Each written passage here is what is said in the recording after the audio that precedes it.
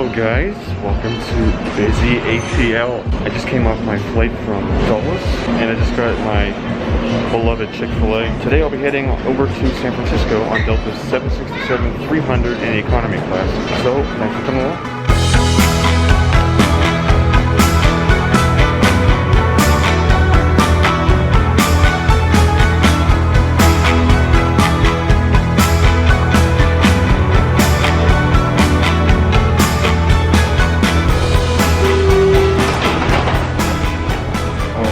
Stepping into the elevator here, heading back down to the plane train. My gate today is in Concourse E, which is only one concourse over. Some of those shots were here in Concourse F, which is the international terminal here at ATL. It's a decent terminal. I wanted to come over here just to get some shots and check it out a bit since I have like 4 hours and I've never been here before. I've been to all the concourses except F.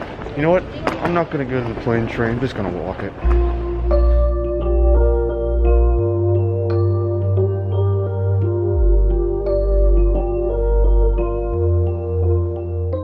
28 gates make up this concourse, those all being classified as the E-gates. It is Delta's international terminal here at ATL, and also obviously where domestic wide-bodies depart from.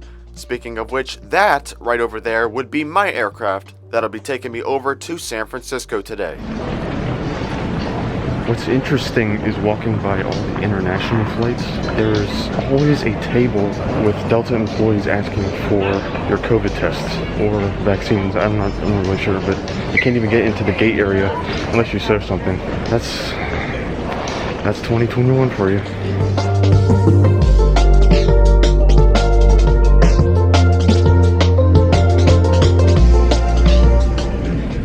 That don't know, Delta is largely considered to be the best American carrier. This year, I've heard they've been going downhill a little bit.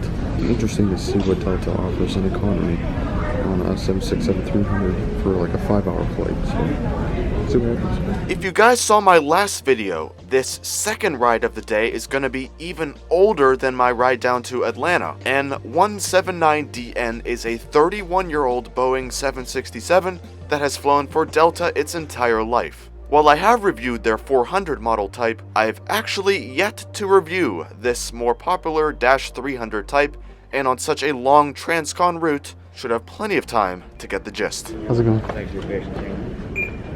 We'll put in Thank the you. first available overhead bin. Okay, thanks. Hello. How are you?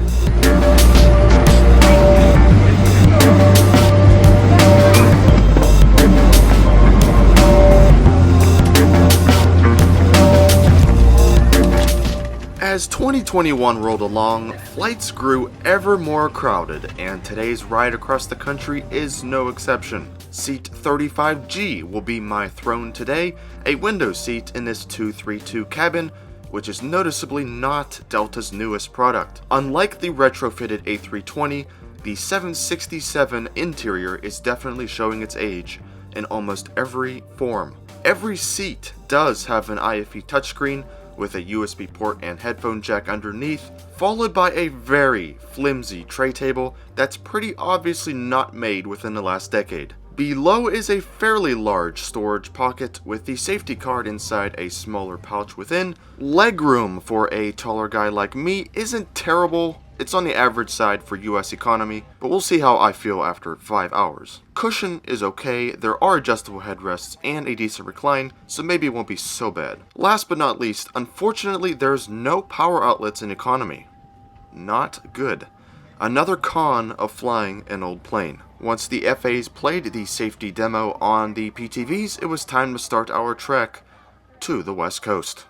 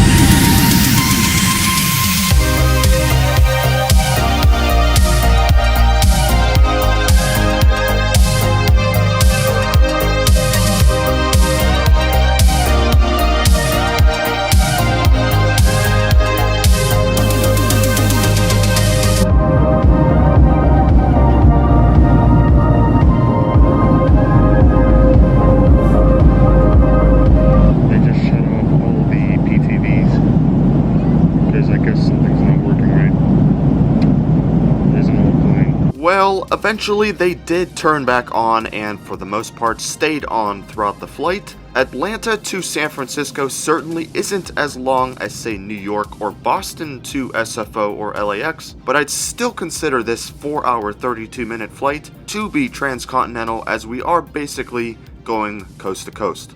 Passing by Memphis, Tennessee, flight attendants began their first of 2 cabin services on this flight, which will include a beverage of choice and a few snacks. If you are still somehow under the impression that you get a meal on a cross-country flight, you are sadly mistaken unless you are up in first class or Delta 1. For this first service, I opted for a hot tea with cream and sugar. As for the snack, everybody got a pack of Biscoff cookies.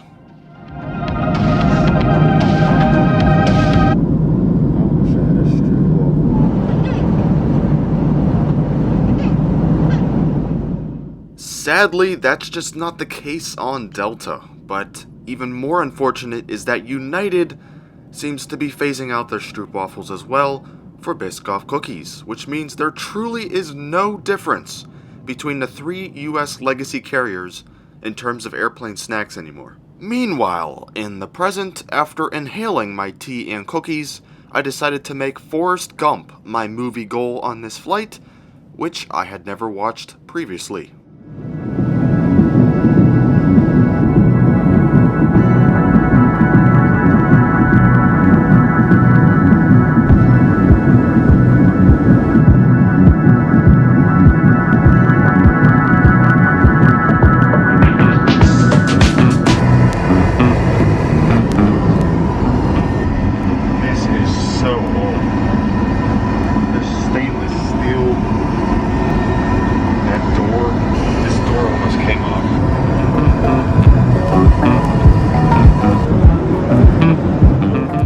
While in the back, I asked one of the flight attendants if I could have a Coke, and she very graciously and happily gave me a can with a cup of ice, which I brought back to my seat.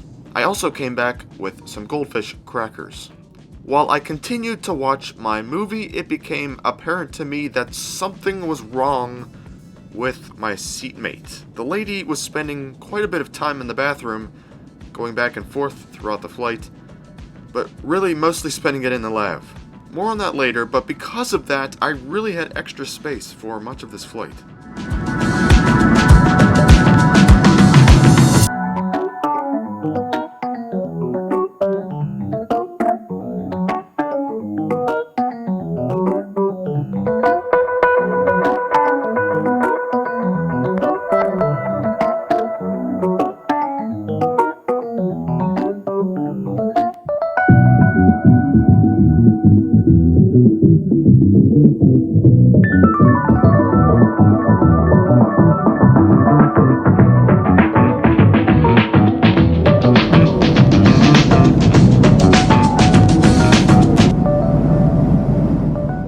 On Delta Air Lines, you can purchase Wi-Fi on any mobile device if so desired, as well as watch free entertainment and access free messaging throughout the flight. As far as watching stuff though, I would just stick with the monitor. Now, remember when I said before, let's see if this legroom will become an issue? Well, yeah, I did. And because that lady was gone a lot, I did have the chance at least to stand up and stretch here and there. And with the time remaining dipping below 2 hours, I started to think, with just that one service so far, that Delta sadly might be on the same low level as American. So far, my worst fears are kind of coming true for Delta. It was just one service. It's a shame what's happening for these long flights. If you're not in first class or business class, you're screwed. It's a great flight though outside. Just has a few bumps. And you know what? Just as I just recorded that clip, look at this. Maybe I was wrong about Delta. We shall see.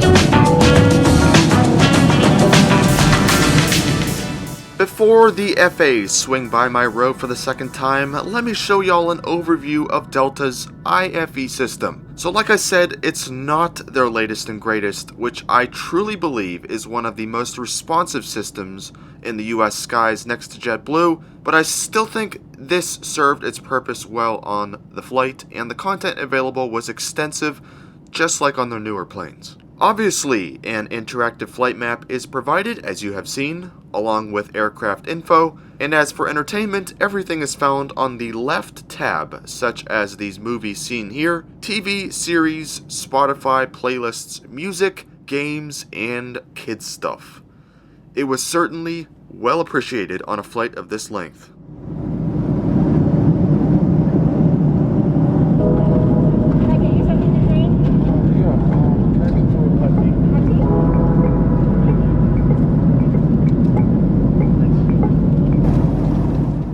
This go around, I also opted for some more hot tea, and for the snack, we actually got Cliff Bars, which is certainly a step up from Biscoff cookies.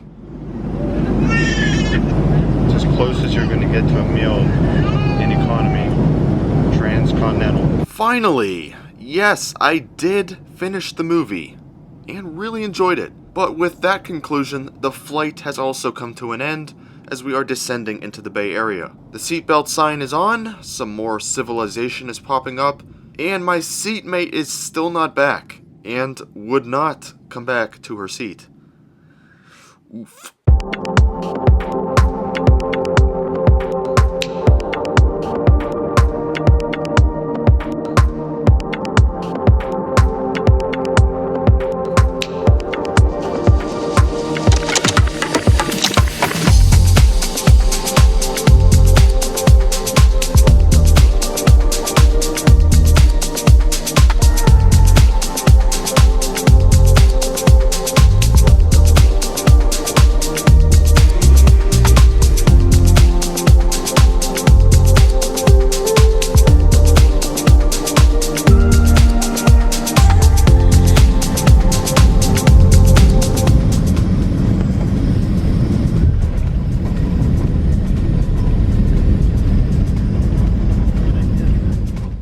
After almost 5 hours in the air on Delta's 767-300, were my expectations met? I would say yes. Not exceeded, but met.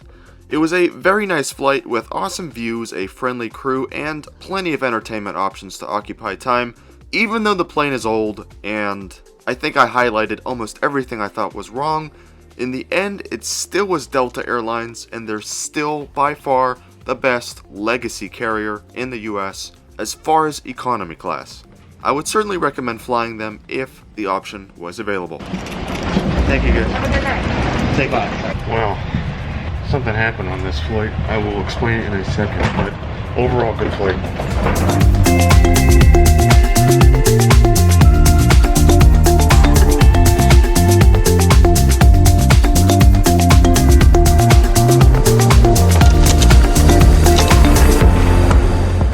Alright guys, that'll conclude this trip out to the east, DC and Baltimore. Back here in San Francisco, very nice flight. The 767-300 though is a very old plane, and dare I say, it needs to go. It's showing its age. The biggest issue for me was there were no universal power outlets at all. So if I didn't charge my battery in Atlanta, I wouldn't have had this video filmed at all. Now, the elephant in the room, the problem was my seatmate. She brought some tuna fish on the plane, and she got pretty sick from this tuna and spent most of the flight in the bathroom. In fact, I only saw her for probably 5 minutes after that happened. She spent most of it in the bathroom. I really hope she's okay. I still never even saw her got off the plane after I left, and everybody left, so hopefully she's alright. But as far as the flight itself, pretty good. I know I'm rambling on here, but I think this stuff just needed to be said. Anyway, I hope you guys enjoyed this flight across the country in economy on Delta 767-300, and I will catch you on the next one. Thanks for watching. Go Pens.